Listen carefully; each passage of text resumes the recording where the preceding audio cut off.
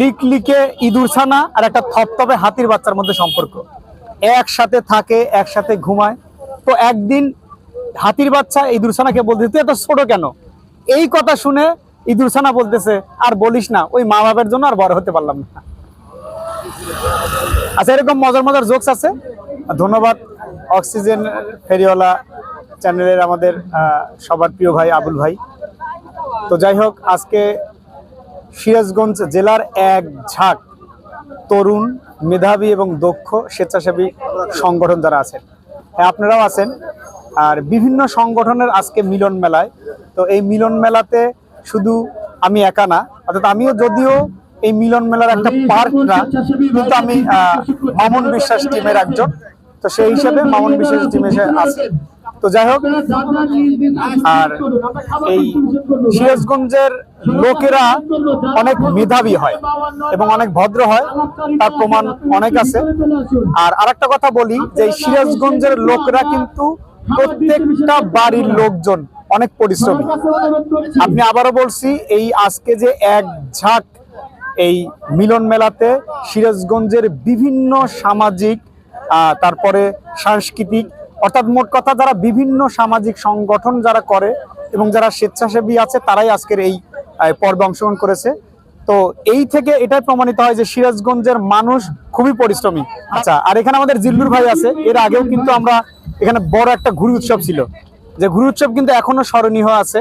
তো ঘুড়ি উৎসবটা একটা লং গ্যাপ পড়ে গেছে, সেটা জিল্লুর ভাই বলবে।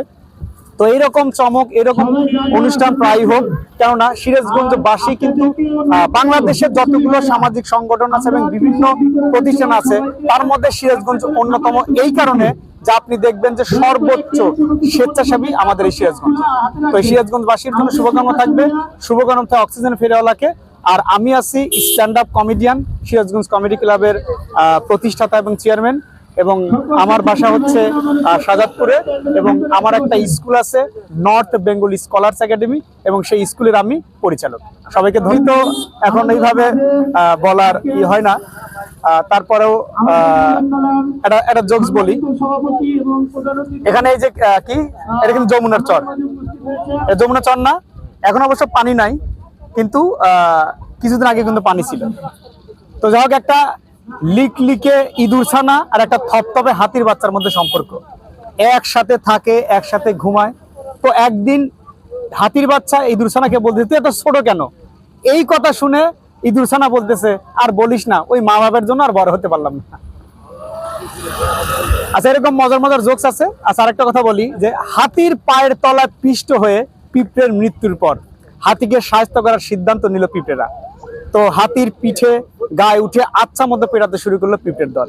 তো হাতি তো বড় দেহ, কোন রকম নড়াচড়া না দেখে একটা পিঁপড়া কি করলো, গাছের ডালে উপরে উঠে গেল। উঠে গিয়ে ওখান থেকে বলতেছে, এই তোরা কিন্তু সর, আমি ওখান থেকে লাফ দিয়ে পাঁজর ভেঙে দিই।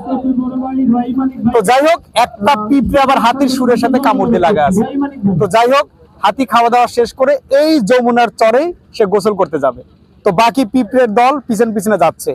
তো হঠাৎ করে হাতি ডুব দিচ্ছে আর উঠতেছে, ডুব দিচ্ছে আর উঠতেছে। এই দেখে বাকি পিঁপড়েরা বলতেছে, সুবা শালাক, সুবা শালাক, সুবা। আচ্ছা, ধন্যবাদ সবাইকে, অসংখ্য ধন্যবাদ।